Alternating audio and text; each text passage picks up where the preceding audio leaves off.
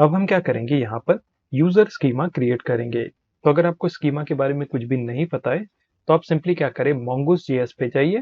First link आपको मिल जाएगा, Google भी करेंगे तो लिंक मिल जाएगा। और यहाँ से देखिए आपको स्कीमा मिल जाएगा, कैसे आप स्कीमा को क्रिएट कर सकते हैं। mongoose को इंपोर्ट करना पड़ता है, फिर हम रिस्ट्रक्चर कर सकते हैं स्कीमा को, या फिर डायरेक्टली भी आप यहाँ पर स्कीमा क्रिएट कर सकते हैं। स्कीमा क्या है, एक फंक्शन है जिसमें हम ऑब्जेक्ट यहाँ पर बना सकते हैं, यानी जेसन ऑब्जेक्ट हमको पास कराना पड़ता है। और ये जो ऑब्जेक्ट रहेंगे ये आपके स्कीमा का डिजाइन रहेगा, यानी क्या क्या चीजें आप एक्सपेक्ट करना चाहते हैं तो यहाँ पे वो सारी चीजें आप ऐड कर सकते हैं। जैसे कि एग्जाम्पल है यहाँ पर टाइटल, ऑथर, बॉडी। तो अभी हम क्या करेंगे, यूजर से रिलेटेड स्कीमा क्रिएट करेंगे। तो यूजर में क्या होगा, name, email, photo, address, etcetera. तो ये सारी चीजें हम क्रिएट करने वाले हैं। और कौन से टाइप्स ये सपोर्ट करता है, तो सिंपली आप क्या करें, स्कीमा टाइप में आइए। और यहाँ से अगर आप नीचे स्क्रॉल करेंगे ना, तो आपको सारे टाइप्स मिल जाएंगे, कौन कौन से ये टाइप सपोर्ट करता है। जैसे कि मोस्ट कॉमन हम स्ट्रिंग और नंबर का यूज करते हैं। और डेट और बफर तो आपको पता होगा। बफर हम क्या करते हैं, जब भी हमको कुछ भी इमेज डेटा यूज करना रहा या फिर फाइल डेटा हम यूज करेंगे तब हम जो है बफर का इस्तेमाल करते हैं। उसके बाद में मोस्ट कॉमन है बूलियन। तो ये तीन चार चीजें हम ये ज्यादातर यूज करते हैं। उसके बाद में ऑब्जेक्ट के अंदर जो है नेस्टेड ऑब्जेक्ट बना सकते हैं। ऑब्जेक्ट आईडी की मदद से हम रिलेशनशिप मेंटेन कर सकते हैं। फिर एरे का इस्तेमाल कर सकते हैं। मैप की मदद से हम डेटा को एक्सट्रैक्ट कर सकते हैं, यानी इटरेट कर सकते हैं हम। और भी बहुत सारी चीजें, आप इसको वन बाय वन एक्सप्लोर कर सकते हैं। अब हम क्या करेंगे, डायरेक्टली इसको क्रिएट करेंगे।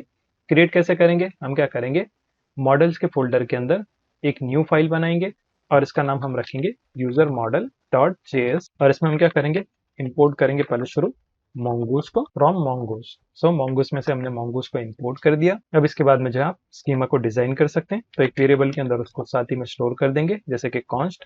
और इसका नाम हम रखेंगे यूजर स्कीमा। तो इससे हमको पता लगेगा ये यूजर का स्कीमा है। उसके बाद में हम न्यू कीवर्ड का इस्तेमाल करेंगे, क्योंकि हम न्यू स्कीमा क्रिएट करने वाले हैं।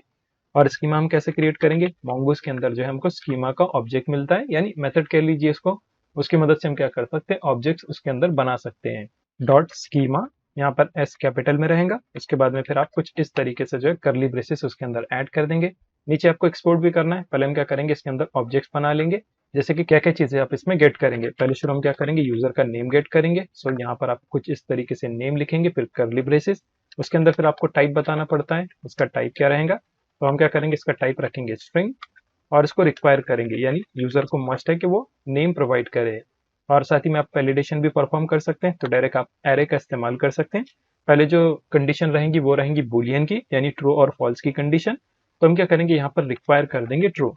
अगर ट्रू है तो एक वैलिडेशन मैसेज हम इसके साथ में ऐड करेंगे, ताकि हमको साथ ही में एक वैलिडेशन एरर मैसेज भी मिले कि हमको नेम का एरर है। तो उसके लिए हम क्या करेंगे, नेम इज रिक्वायर कर देंगे कुछ इस तरीके से। और नेम के लिए इतना काफी है। इसके बाद में हम क्या करेंगे, यहाँ पर ईमेल को भी गेट करेंगे। सो ईमेल, ईमेल का टाइप भी आप यहाँ पर स्ट्रिंग ऐड कर सकते हैं। So type string. उसके बाद में रिक्वायर, इसको भी सेम हम क्या करेंगे, ट्रू कर देंगे। तो रिक्वायर ट्रू। उसके बाद में validation message, email is require. और उसके बाद में हम क्या करेंगे, यहाँ पर यूनिक की एक प्रॉपर्टी हमको मिलती है, उसका हम यूज करने वाले हैं। और इसको कर देंगे ट्रू। तो इसका मतलब क्या है कि एक ईमेल आईडी से सिर्फ एक ही यूजर क्रिएट होगा। और इसको भी हम क्या करेंगे, साथ ही में एरे के अंदर रैप कर लेंगे। और वैलिडेशन मैसेज में ऐड कर देता हूँ, जैसे कि ईमेल ऑलरेडी एग्जिस्ट कर देंगे इसको, या फिर ऑलरेडी टेकन कर देता हूँ मैं, ये ज्यादा सुटेबल नाम रहेगा, ईमेल ऑलरेडी टेकन। उसके बाद में हम क्या करेंगे, यहाँ पर पासवर्ड गेट करेंगे। सो आप लिखेंगे पासवर्ड। पासवर्ड का टाइप भी रखेंगे स्ट्रिंग। उसके बाद में रिक्वायर, इसको भी हम कर देंगे ट्रू। सो यहाँ पे आप ट्रू लिखे। उसके बाद में वैलिडेशन मैसेज, जैसे कि पासवर्ड इज रिक्वायर। और इसमें हम क्या कर सकते हैं, मिनिमम लेंथ बता सकते हैं, जैसे कि मिन लेंथ फंक्शन इसके अंदर हमको मिलता है, इसका इस्तेमाल कर सकते हैं। जैसे कि इसको कर लेता हूँ मैं, मिनिमम 6 कैरेक्टर हमको चाहिए, तो 6 लिखेंगे और वैलिडेशन मैसेज ऐड कर देंगे। और यहाँ पे हम मैसेज ऐड कर देंगे, password length should be greater than 6 character. तो इस तरीके से हमने यहाँ पर पासवर्ड के लिए मिनिमम लेंथ का जो है एडिशनल प्रॉपर्टी ऐड किया है, जिसमें हम क्या करेंगे, 6 कैरेक्टर तक इसको रखेंगे। इनकेस अगर वो 6 कैरेक्टर नहीं रहेगा तो फिर हमको एरर शो करेगा। नेम हो गया, ईमेल, पासवर्ड। उसके बाद में हम सिटी नेम ऐड कर देंगे उसका, या फिर एड्रेस कर लेते हैं पहले शुरू। एड्रेस, एड्रेस में हम क्या करेंगे, इसका भी टाइप स्ट्रिंग कर देंगे। तो टाइप स्ट्रिंग। उसके बाद में रिक्वायर, इसको भी हम कर देंगे ट्रू। वैलिडेशन मैसेज भी साथ में ऐड कर देंगे आप, एड्रेस इज रिक्वायर। उसके बाद में हम क्या करेंगे, यहाँ पे सिटी नेम ऐड कर देंगे, तो सिटी, इसका भी आप टाइप ऐड कर सकते हैं जैसे कि टाइप स्ट्रिंग, और थोड़ा सा ऊपर कर लेता हूँ उसको, टाइप स्ट्रिंग।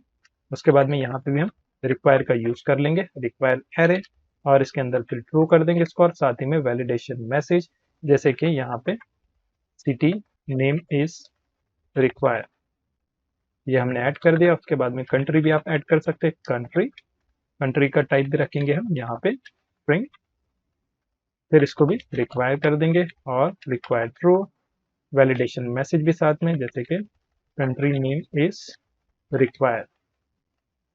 और इसके बाद में हम क्या कर सकते हैं, कॉन्टैक्ट नंबर भी ऐड कर सकते हैं, सो कॉन्टैक्ट, या फिर फोन कर देता हूँ मैं इसको, ज़्यादा बेटर नाम रहेगा, तो फोन।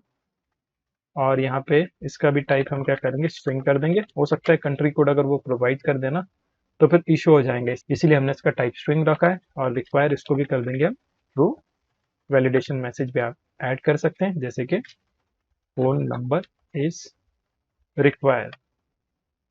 और क्या बचता है इसमें, आई थिंक इतना काफ़ी है। पिन कोड तो हमको ऐड करने की ज़रूरत नहीं है, लेटर हम देखेंगे, इसमें बाद में भी चेंज कर सकते हैं हम। जो भी चीज़ें आप इसमें ऐड कर रहे हैं वो इनिशियल टाइम पे भी आप कर सकते हैं, या फिर अगर आपका स्ट्रक्चर बन जाए या फिर एप्लीकेशन बन जाए, क्योंकि एक्चुअल में क्या है, ये जेसन ऑब्जेक्ट है, तो जेसन ऑब्जेक्ट हम कभी भी चेंज कर सकते हैं।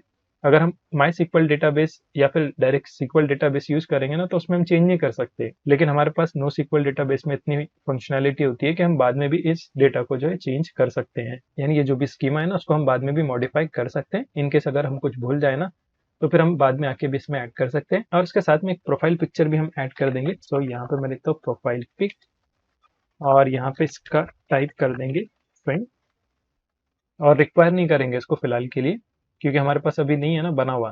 मैं सेव कर लेता हूँ, ऑटो फॉर्मेट में कुछ इस तरीके से दिखाई देगा।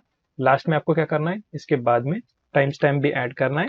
सो यहाँ पे करली ब्रेसेस, और मैं क्या करता हूँ, यहाँ पे टाइम स्टैम्प को ऐड कर देता हूँ।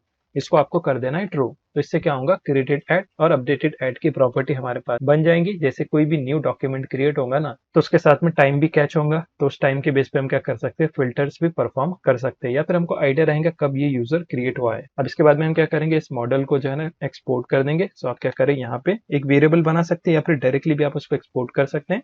तो हम क्या करेंगे, डायरेक्ट एक्सपोर्ट कर देंगे, एक्सपोर्ट। उसके बाद में आप क्या करेंगे, इसका नाम लिखेंगे, जैसे कि हमारे केस में हम क्या करेंगे, इसका नाम रखेंगे यूजर इक्वल टू, फिर उसके बाद में आपको क्या करना है, mongoose का इस्तेमाल करना है, और इसके अंदर एक मॉडल का फंक्शन हमको मिलता है, देखिए mongoose डॉट मॉडल।